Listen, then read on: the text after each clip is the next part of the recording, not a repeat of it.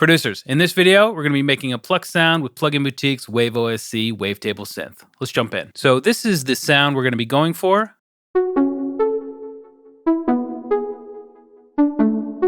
And this is what it sounds like in the context of the track we're working on.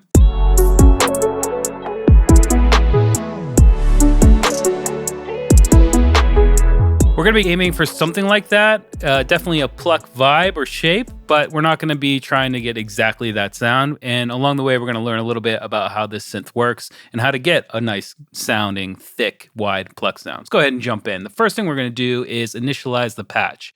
You can find the Initialize Patch or the init patch right here in the basics folder in your presets. I'm just going to double click that and it's going to set everything to default. I'm going to turn off the second and third oscillators for right now just so we can focus on this first one. And I'm going to change the wave shape from a sine to a sawtooth. Now for the melody, by the way, I'm just running Scalar 2, a melody out of the performances section there into this, and that's why there's no MIDI, but we're still getting melody. So next up, I'm just going to jump into the envelopes here, and I'm going to jump into ADSR and just pull down the decay here. And that's a little bit quiet, so I'm going to jump in and just turn it up. To do a little bit more movement or add a little bit more movement and fluidity to the sound, I'm going to take the mod ADSR and apply it to the cutoff. And I'm going to pull the cutoff way down. And I'm going to do the same thing with decay, which is add a little bit of a slope and a super short decay. All right, so that's super plucky and punchy. Great. I'm going to take the mod ADSR and also apply it to the resonance here. If I pull it way up, you'll really hear an exaggerated effect. But we just want, again, a little bit just to add a little bit more punch to the pluck. Great. I'm also going to pan this hard left because I want a thick sounding pluck. So with oscillator 2, I'm going to pan it hard right and we'll really start to open up the stereo space. Let's go ahead and jump in and do that. I'm going to turn on the second oscillator. Again, pull it up, maybe pull oscillator 1 down a little bit. And for this, we're going to use a square. And I'm going to jump in and essentially make the same shape that I did here as well. And I'm going to take the pan and go hard right with it. And do the same thing with the cutoff and the mod ADSR with the resonance. Pull that down. So the shape of both of those is actually pretty similar right now. So a way to add even more space or width to it is changing the ADSR envelope a little bit. So I'm going to take the mod ADSR, do that, but I'm going to come in here to the ADSR and I'm actually going to pull in the attack time, which will kind of make it sound like it's coming in slowly. You can see now you're getting a lot more on the left, and that's because with the short note, it's actually not coming in because of that long attack time. But what I'm going to do is take the slope here and pull it up so it does come in the short amount of time that note is coming in from Scalar 2. Just adding a little bit more space and depth.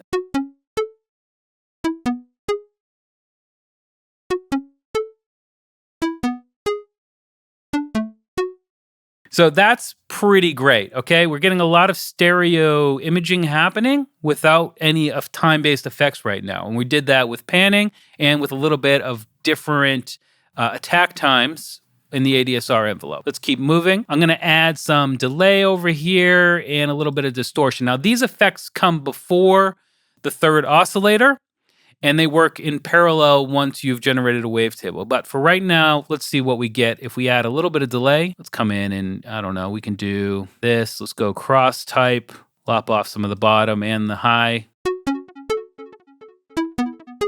And let's go down to eighth. I'm going to go eighth dotted and eighth regular.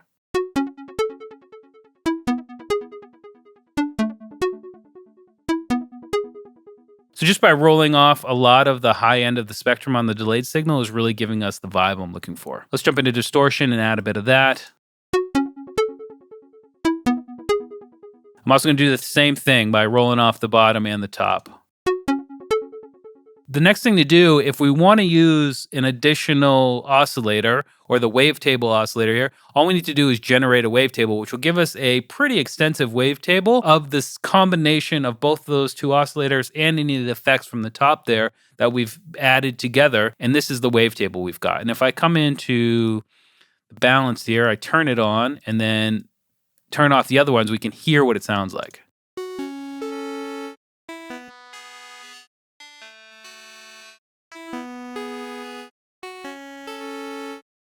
All right, so the same thing, I'm gonna come in and do pretty much exactly the same thing, again, because we're going for a pluck. And let's just add a little bit of resonance, filter cutoff, pull it down. And for this one, I'm gonna go super short because I'm just looking to add like a percussive sound at the beginning of the pluck. And again, it's like just holding on too much and just boom. So we've got the basic shape and sound that we're looking for. Now what we need to do is add some effects down here in the master section to get closer to what we're looking for to vibe with the track we're working on. So if we listen to it right now in the context, before we add any master effects, that is.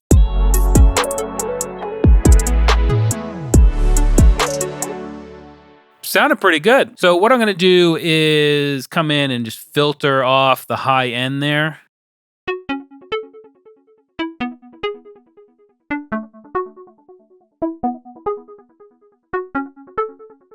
And if we want, we can add an LFO to that. Come out. And we can set it to re-trigger, pull it up to a bar, and just say, hey, come in, fairly open, but then get out of the way pretty quickly. And if we double click any of these points, we can get rid of them.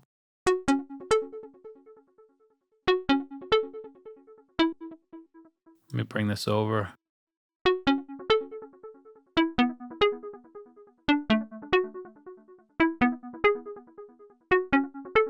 Cool. And we'll just add some delay here. Let's go triplet and dotted.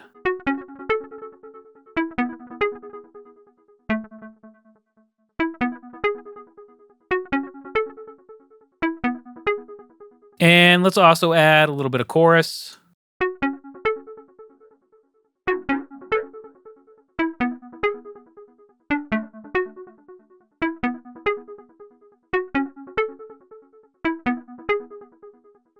And the reverb, of course, is really going to set it up and make it super wide. I'm going to go church, pull the width all the way open. Again, we're going for a wide pluck, so that makes sense. Let's dampen it. And pull down, again, that low-pass filter. And really boost up the length here. And the pre-reverb, I'm just going to boost up just a tad so it gets out of the way of itself.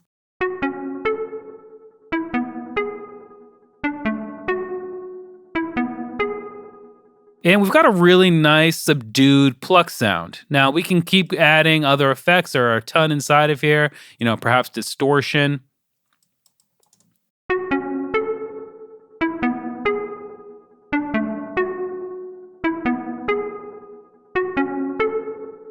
But let's listen to what that sounds like in the context of the track we're working on. That's super key, right? If it doesn't sound good in the track, then what are we even doing?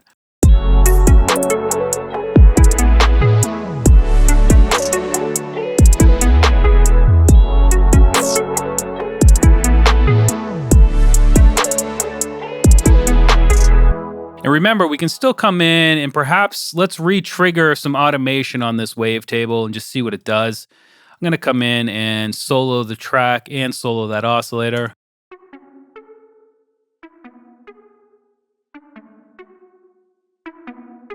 Cool, nice. Let's bring back the other oscillators. And of course, remember, the bulk of the shaping is happening down here on the filter. So if we want it to be a little bit brighter, we can just open up that cutoff.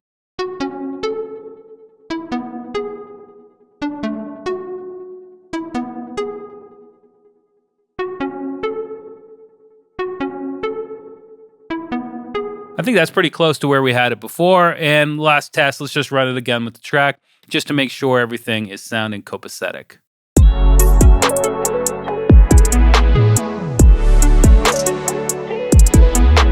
All right, producers, there you go. That's how to get a subdued, wide pluck sound using Plugin Boutique's WaveOSC. Click the link in the video description to find out more. I've done some other video tutorials. I'll leave links to those as well. Definitely check this thing out. It is really, really cool, and it's definitely something you want in your project. So, as usual, I'm Joshua Casper, and I'll see you in the next video.